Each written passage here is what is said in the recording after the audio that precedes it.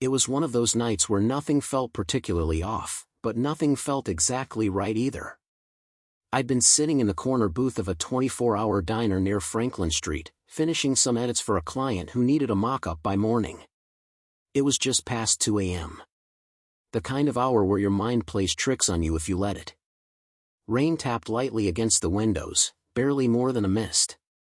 The streets outside were quiet, save for the occasional whoosh of a passing car. I packed up my laptop, slid the strap over my shoulder, and stepped outside. The cold hit immediately, wet, thin, not quite winter but not giving up either. My breath fogged out in little ghosts as I pulled out my phone to order an Uber.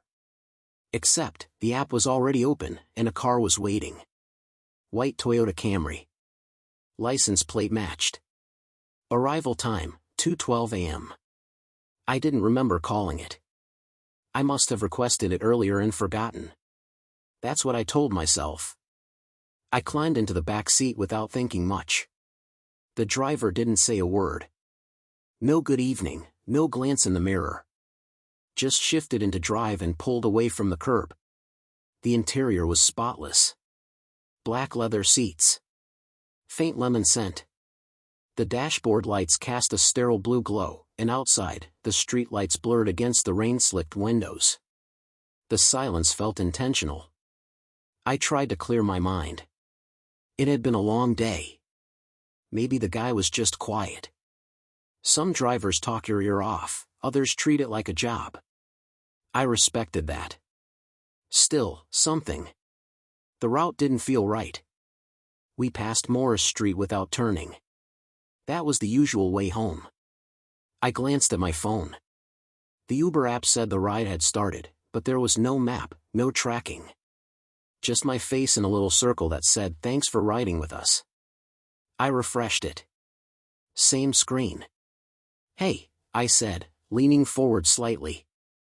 "I think you missed the turn." The driver didn't answer.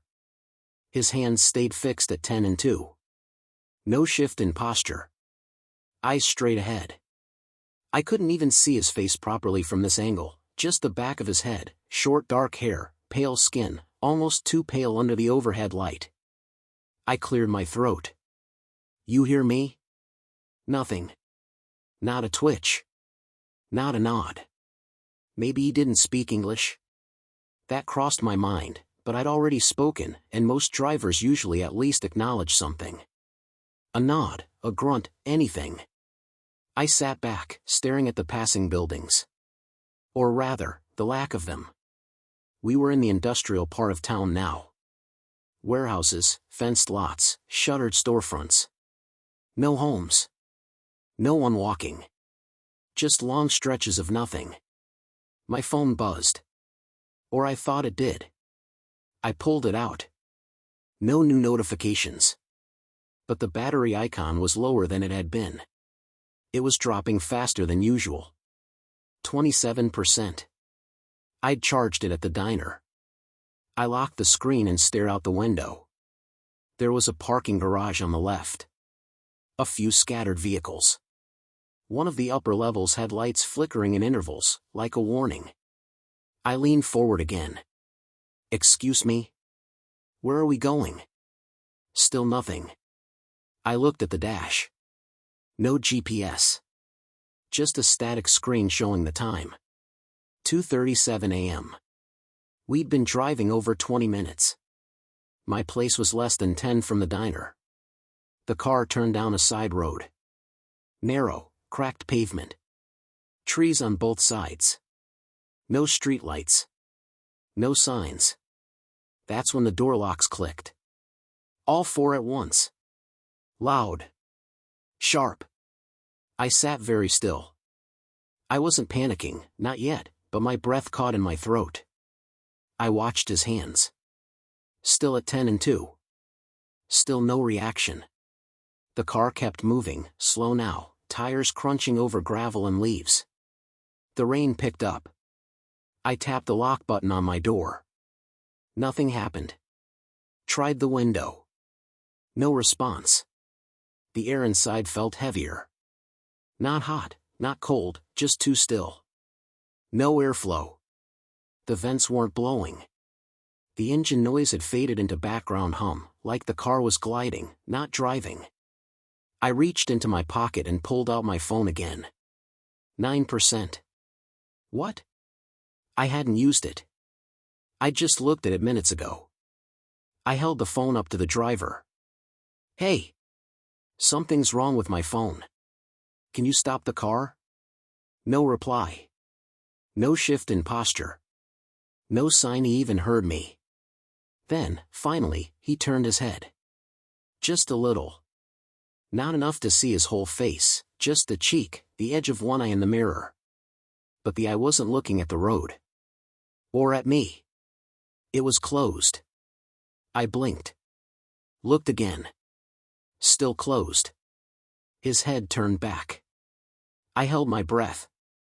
My fingers brushed the door handle again. Still locked. I didn't want to make a scene. Maybe I'd misunderstood something.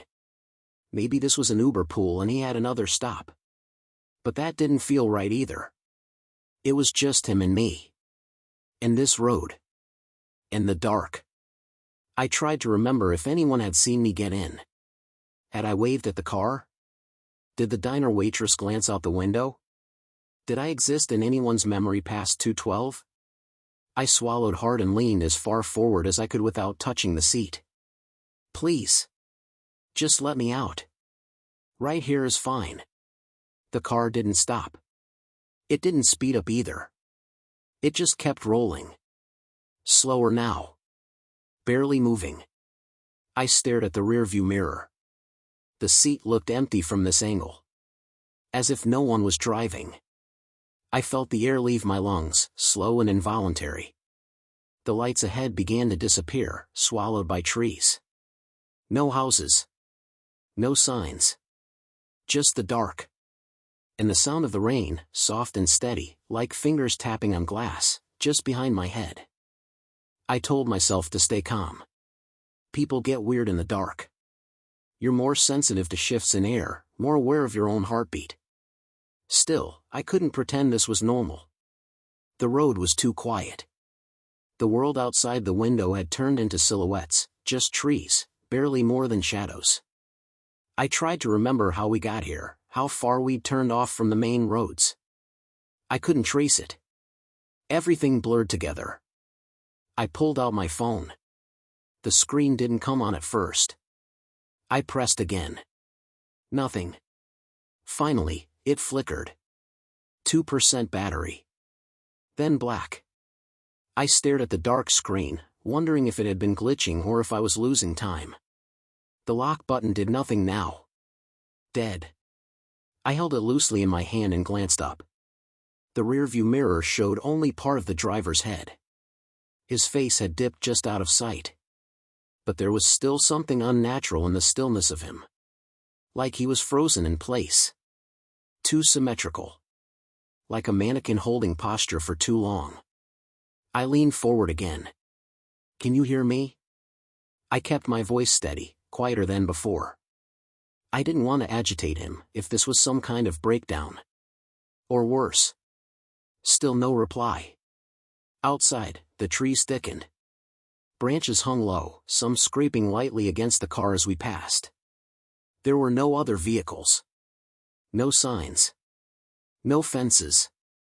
Just the road, narrower than before, littered with leaves and gravel, bending slightly to the right with no shoulder. I didn't know this road. I'd lived in this city for 5 years and never once driven down anything like this. Then I saw something strange. Up ahead on the right, just off the road, was a street sign. Not a big metal one, but a small wooden stake. No numbers. No words. Just a single black arrow pointing forward, spray-painted with uneven strokes. It didn't mark anything. There was no turn, no driveway. Just forest. We passed it. Then another. Same arrow. Same placement. No explanation. I sat back again, pressing both hands into my knees. My legs were starting to ache from how tightly I was holding them still. Every part of me felt coiled, like I was bracing for something that wouldn't say its name. The wipers squeaked once. then stopped. It hadn't stopped raining. I glanced at the dashboard. The screen that had once shown the time was black now. Just the faint hum of the engine and the soft click of the blinkers that were no longer blinking. The air had changed. Not colder, just older. Staler. I could smell the car now. Not the lemon scent I noticed earlier. Something beneath it. Something like dust and fabric left to rot in a basement. I swallowed hard and tried the door handle again. Still locked. I wasn't sure why I kept trying. Part habit, part hope. Each time the lock didn't respond, I felt my chest pull tighter. I shifted my gaze to the side mirror. There was nothing behind us. Not even the road. Just black. Like we weren't being followed because there was nowhere to follow from. I looked forward again. And realized something I hadn't noticed before. There were no headlights. I could see the road in front of us. The trees. The gravel. But I couldn't see where the light was coming from. It wasn't moonlight, there were no shadows. It was just lit. Softly. Artificially. As if the whole car existed in its own space, detached from anything else. I reached up and touched the glass beside me. It felt wrong. Too cold. Like it hadn't been touched by weather. Like it wasn't part of the outside anymore. That's when the driver moved. Just a slight tilt of the head. Slowly, deliberately. Like a marionette being nudged by invisible strings. He turned toward me, only halfway, just enough to reveal one side of his face. His mouth was slightly open, just enough that I could see the edge of his teeth. But the expression didn't change. It didn't react. It just waited. He didn't blink. I didn't say anything. I couldn't. I held still, hoping maybe if I didn't acknowledge it, it would reset. Like a glitch. He faced forward again. And the car stopped. No sound. No brakes. No jolt. It just wasn't moving anymore. I reached for the door again. It clicked. Unlocked. Outside, the trees seemed closer now, crowding the car. No breeze. No birds. Just stillness. I didn't get out. I looked through the windshield. There was a figure in the distance. Standing between the trees. Thin. Still. Too far to make out any detail, but too close to ignore. Facing us. I turned to the driver again. He wasn't there. The seat was empty. The car was still running. I didn't move. The silence inside the car was now louder than anything I had ever heard. I didn't want to open the door. I didn't want to stay in. But I knew, I couldn't stay still forever. I stepped out. I thought the air would be cold. It wasn't. It felt thick, like stepping into a room sealed for too long. Everything smelled of old pine and wet soil. Not rotten, just ancient. The forest swallowed most of the sky. No stars. No moon. No wind. I didn't close the door behind me. I needed to hear it. To make sure it stayed open. But there was no sound. Even as it drifted shut on its own, it made no noise. Just the dull thud of finality. The figure was still there. Closer now. I didn't see it move. I would have known. I turned back to the car. Still empty.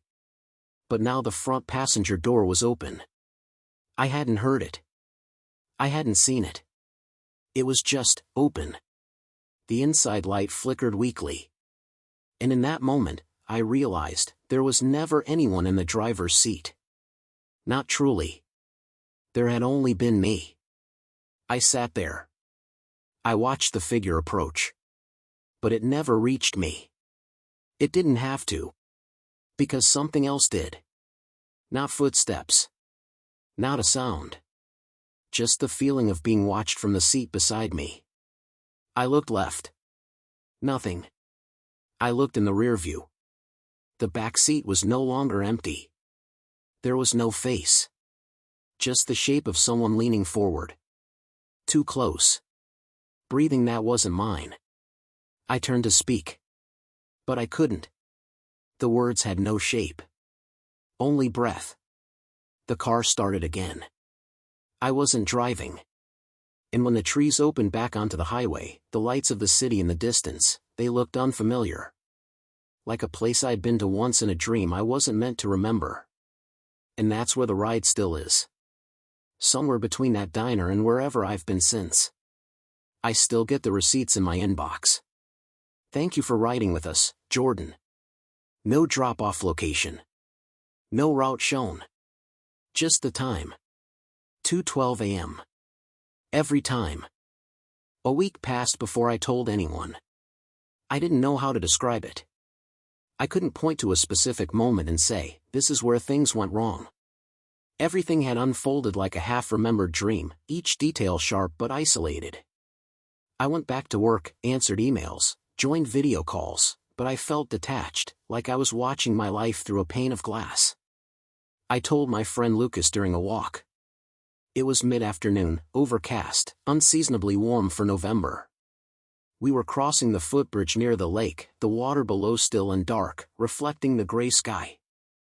I kept my voice low, not because anyone could hear, but because the story didn't feel like it belonged to daylight. He didn't say much. Just listened. When I finished, he looked at me for a long moment and asked, "You sure you didn't fall asleep in the Uber? Maybe dream the rest?" I wanted to believe that. I really did. But I'd checked the trip log again and again. It still showed the same timestamp. No pickup address. No driver name.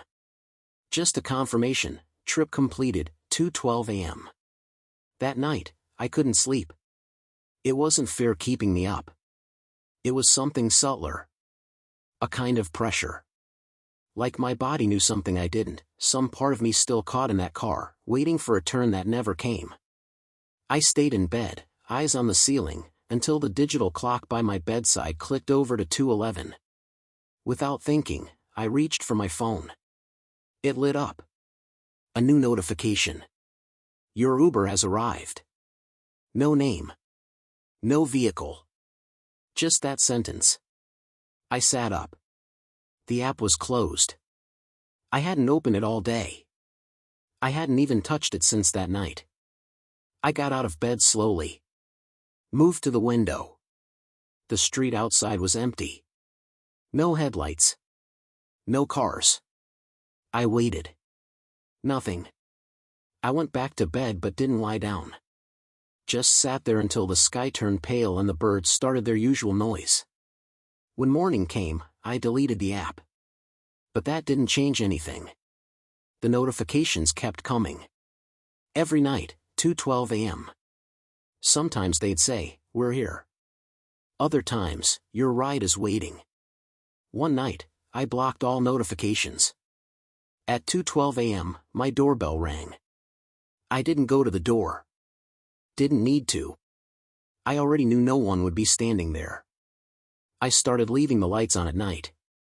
Not because I thought it would protect me, more because I needed to feel anchored to the real world. I'd keep the TV on low volume, not watching it, just needing the sound. Something alive. Something happening. The worst part wasn't what I remembered. It was what I didn't. I couldn't remember how the ride ended. I couldn't remember getting out. All I remembered was motion. That hum of tires on road, the stillness of the air inside the cabin, the headlights that weren't headlights. And the sensation that I was never the passenger. I checked the back seat of my own car every morning. Not just glanced. I looked. Carefully. Like I was expecting someone to be there, not because I thought it was rational, but because part of me needed to confirm they weren't. I never saw anything. But some mornings, the seat belt would be buckled. I didn't buckle it. One day, I drove out to the diner. Just to see it again. It was still there, exactly the same. Same fluorescent lights buzzing. Same waitress with the tired eyes. I sat in the same booth, ordered a black coffee, and stared out the window. The parking spot where I got picked up that night was empty. I waited for 2 hours. No one came. I told myself that was a good thing. But part of me felt disappointed. Like something had been promised and left unfinished. The next night, I went for a walk at 2 a.m. Just through my neighborhood. Familiar sidewalks. Street lights humming. I didn't bring my phone. It was quiet. Until it wasn't. About 2 blocks from my place, I heard a car behind me. Slow. Steady. I turned. White sedan. Not speeding. Just following at a crawl. I stepped aside. It didn't pass. I couldn't see the driver. Not because the windows were tinted, but because I never really looked. Something in me refused. I turned down another street. It didn't follow. It was just gone. I didn't hear it leave. No engine, no tires against pavement. Just absence. When I got home, my front door was slightly ajar. I hadn't left it that way. The house felt normal. Nothing disturbed. But I noticed something on my kitchen table. A receipt. Printed. Not emailed. Thank you for riding with us. Drop-off time, 2:12 a.m. Fare, $0. Driver, not applicable. I picked it up. It was cold. Damp, somehow. Like it had just come in from the rain. I didn't sleep that night. Not because I was afraid. Because I wasn't. And that's what scared me. This thing, whatever it was, it didn't want to harm me. Not directly. It didn't chase me or threaten me. It just waited. Watched. And kept showing up. Like a memory that refuses to fade. Or worse. Like something that thinks it knows me. Now, every time I step into a car, I check the mirror. Not for traffic. But for myself. To see if I'm still there. Because some nights, I don't look quite right. My expression's a little off. My eyes don't blink when I do. And when I close the door behind me, I hear the lock click. Not outside. From inside the car. And I feel the engine start. Even when no one's driving.